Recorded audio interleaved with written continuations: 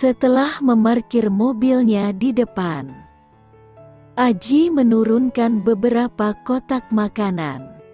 Lili terkejut ketika melihat isinya. Itu pesanan dari restoran tempat mereka makan sebelumnya. Aji membawanya masuk, langsung ke dapur.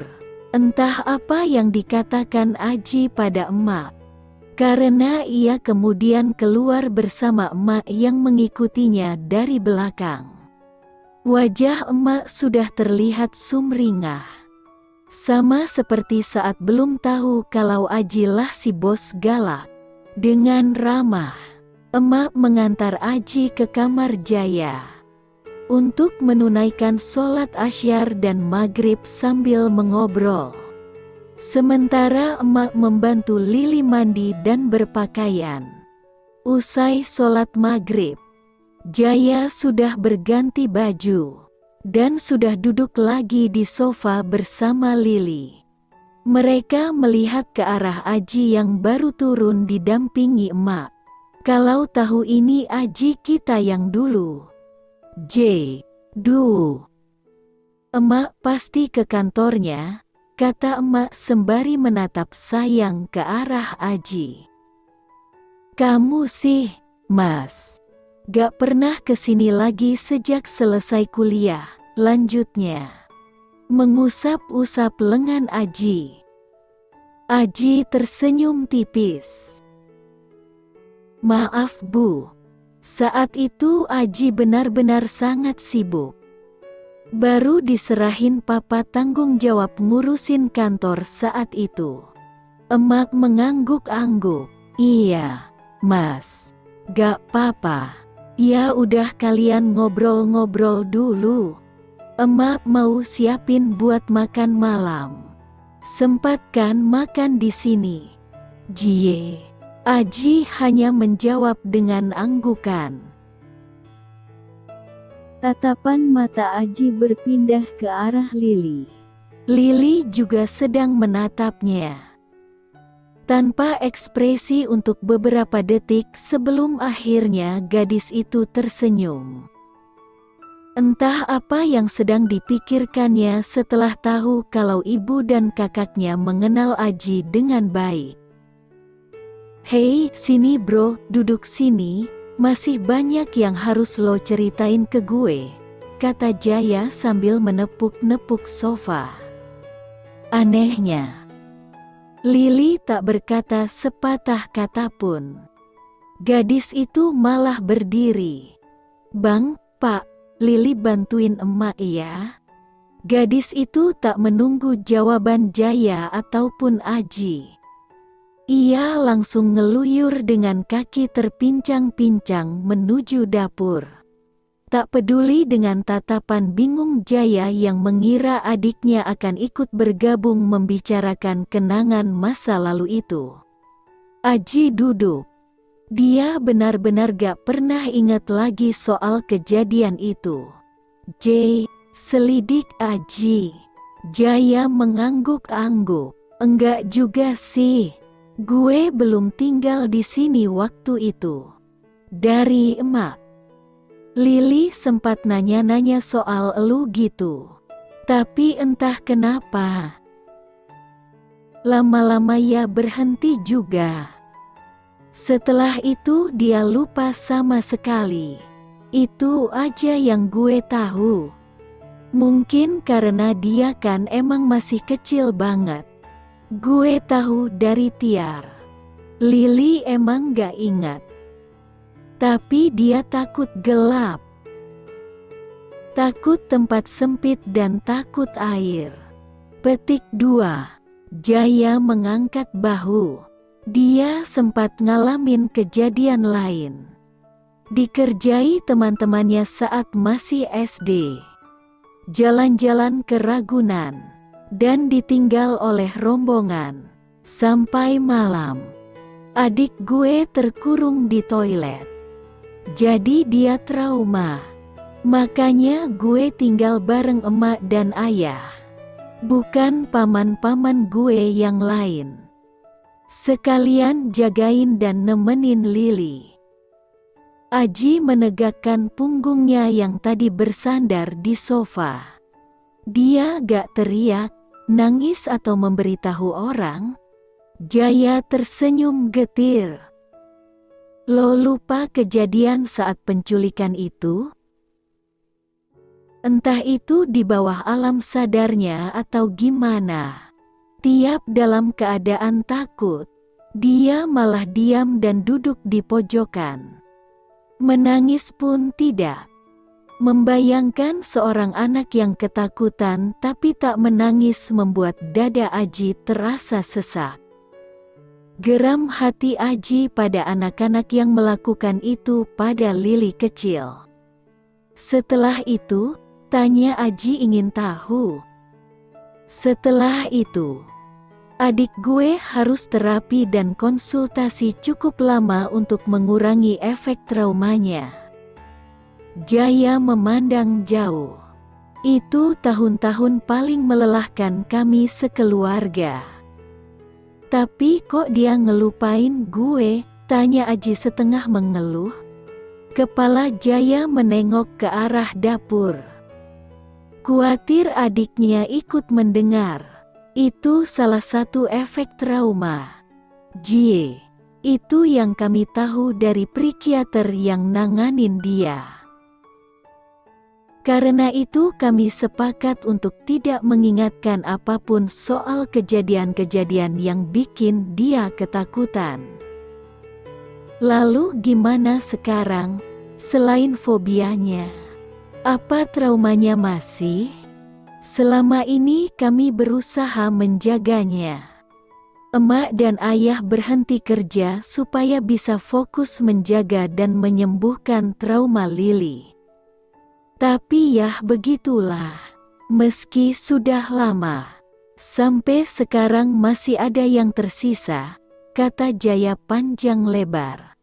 Mendadak tenggorokannya terasa kering. Dan ia meraih gelas tehnya sendiri. Menceritakan kejadian paling menyakitkan bagi keluarganya selalu tidak mudah. Sudah bicarain adik gue. Lo gimana? Papa mama lo gimana? Tanya Jaya lagi saat melihat mata Aji tampak menerawang. Pertanyaan itu justru makin membuat wajah Aji makin terlihat sendu. Mama udah lama gak ada.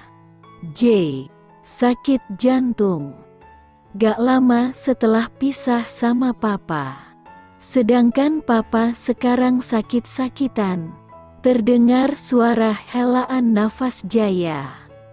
Sama, Jie. Ayah juga belakangan ini banyak keluhan sakit. Dan emak. Aduh, gue sampai capek dengerin permintaannya. Dikira gampang apa nyari istri dan punya anak. Aji tertawa kecil. Bukannya lo sama Tiar? Mata Jaya membulat. Lo tahu dari mana? Aji tak langsung menjawab. Lo pikir dari mana gue tahu kalau bukan dari adik lo itu? Tukasnya sambil terkekeh. Jaya juga tertawa. Berhenti bicarain masa lalu dah. Jie. Lo sama adik gue gimana? Lo duluan apa gue duluan nih yang bakal nikah? Aji kembali tertawa. Gue targetin nikahin Lili tahun depan. What the hell, really? Are you sure? Lo yakin anak kecil itu bisa jadi emak? Jangan-jangan tar lo yang dikerjain mulu sama si jahil itu, kata Jaya. Berpaling ke pintu dapur lagi. Masih sambil tertawa-tawa. Cengiran jenaka muncul di wajah Aji. Dan ia mengangguk-angguk. Gue benar-benar gak abis pikir sama lo. Jie, lo korbanin semuanya buat si Lili. Petik 2. Nada suara Jaya menurun saat melihat Aji berset sebelum meneruskan. Petik 2. Kantor lo, kerjaan lo, hidup lo semua buat nungguin dia doang. Aji menggeleng. Lo salah, J. Gue kira dulu setelah ditolak Lily saat dia SMA, gue bisa lupain. Iya, tadinya gue yakin udah lupa. Tapi begitu lihat lamaran kerja Lily di antara ribuan pelamar yang biasanya langsung gue tolak, semuanya kembali. Setengah mati gue ngelupain adik lo. Bertahun-tahun dan hanya ngeliat fotonya di CV. Gue udah gak bisa apa-apa. Semua kenangan. Janji sampai gimana cute-nya adik lo dulu.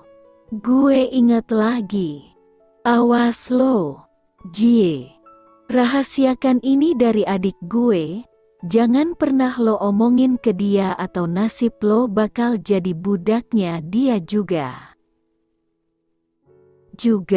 Oh, kalau begitu tolong ceritakan bagaimana pengalaman Anda menjadi budaknya Lily, Tuan Jaya. Tanya Aji sambil menyodorkan tangan, seakan-akan sedang memegang mikrofon. Kam asteris telo. Jie, tawa keduanya pun pecah. Tadi dengan emak, lo ngomong apa? Tanya Jaya lagi setelah tawa keduanya berhenti. Aji meraih gelas tehnya. Aroma melati merebak. Gue bilang, itu hanya karena gue pengen Lily jadi karyawan yang benar. Terus gue cerita kalau gue yang pernah kecebur bareng Lily. Emak malah nangis dan meluk gue. Udah gitu aja, ucap Aji menjelaskan. Wajah Jaya berubah. Emak yang berkorban paling banyak setelah kejadian itu. Jie. Aji mengangguk-angguk seraya meletakkan gelas kembali ke atas meja. Iya, Papa dan Mama sempat cerita.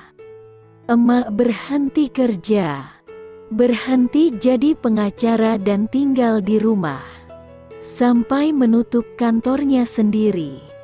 Itu bukan pengorbanan ya anak-anakku sayang. Itu dedikasi. Itu kewajiban seorang ibu. Dan emak sangat bahagia sekarang ini, sambung emak yang tahu-tahu sudah berada di belakang mereka. Kedua pria muda itu menoleh dan tersenyum malu. Tertangkap basah sedang membicarakan emak. Ayo, sudah jangan bicara yang aneh-aneh lagi. Lily udah duluan nungguin tuh di ruang makan. Kita makan dulu ya. Emak mendorong kedua pria muda menuju ke ruang makan. Lalu saat mendekati meja, ia sempat berbisik, dan kalian berhentilah membicarakan kejadian itu. Baik, Mak, jawab keduanya kompak sebelum saling memandang dan tersenyum maklum. Kadang lebih baik diam daripada bicara dan menyakitkan hati.